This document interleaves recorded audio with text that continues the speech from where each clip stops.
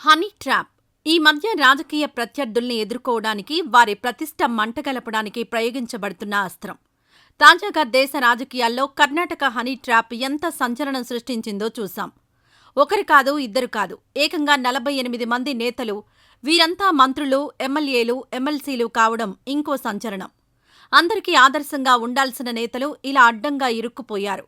ఇప్పుడు ఇది మన తెలుగు రాష్ట్రాలకు పాకిందనే వార్తలు వైరల్ అవుతున్నాయి. మొన్న మధ్య వైసీపీ ప్రభుత్వంలో ఎంపీగా ఉన్న గోరంట్ల మాధవ్ వీడియో కాల్ వ్యవహారం ఎలాంటి ప్రకంపనలు సృష్టించిందో తెలిసిందే. దాని వెనుక హనీ ట్రాప్ వ్యవహారం ఉందని ఆయన ఆరోపణ.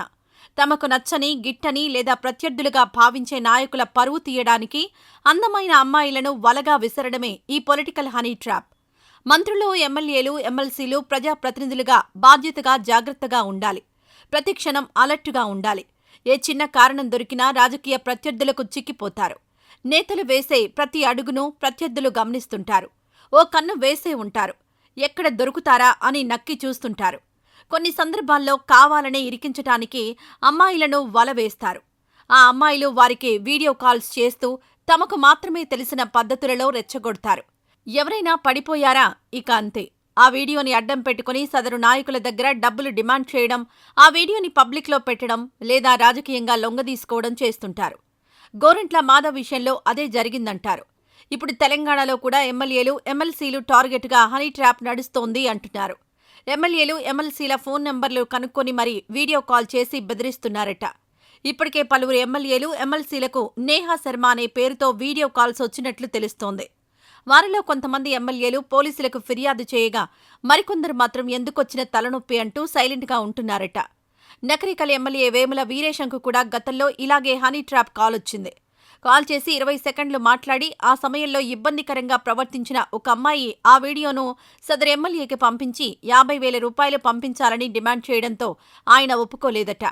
డబ్బులు పంపకపోతే పక్క పార్టీ గ్రూపుల్లో వీడియో వేస్తామని బ్లాక్మెయిల్ చేశారని, దీంతో ఎమ్మెల్యే వీరేశం జిల్లా ఎస్పీకి కాల్ చేసి విషయం చెప్పడంతో పోలీసులు ఈ విషయాన్ని సీరియస్గా తీసుకుని బ్లాక్మెయిల్ చేసిన వ్యక్తిని మధ్యప్రదేశ్ నుంచి తీసుకొచ్చి లోపలేశారట. దీని వెనుక ఎవరున్నారో ప్రస్తుతం ఆరా తీస్తున్నారు పోలీసులు. ఇప్పటికే తెలంగాణలో చాలా మంది ఈ హనీ ట్రాప్లో చిక్కుకున్నారని తెలుస్తోంది. అయితే ఈ విషయం ఎవరికీ చెప్పుకోలేక తమలో తామే కుమిలిపోతూ తమలాగే హనీ ట్రాప్లో ఇరుక్కున్న నేతలతో మాత్రమే డిస్కస్ చేస్తున్నారట. ఈ ట్రాప్ కాల్స్ పార్టీలకు అతీతంగా పలువురు ఎమ్మెల్యేలకు, ఎమ్మెల్సీలకు వస్తున్నట్లు సమాచారం. కాంగ్రెస్ ఎమ్మెల్యేలకు కాల్ చేసి వీడియో రికార్డ్ చేసి బీఆర్ఎస్ గ్రూపుల్లో వేస్తామని బెదిరించడం, బీఆర్ఎస్ పార్టీ నేతలకు కాల్ చేసి వీడియోలను రికార్డ్ చేసి కాంగ్రెస్ గ్రూపుల్లో వేస్తామని బెదిరించడం చేస్తున్నారని వారిలో వారే చెప్పుకుంటున్నారు.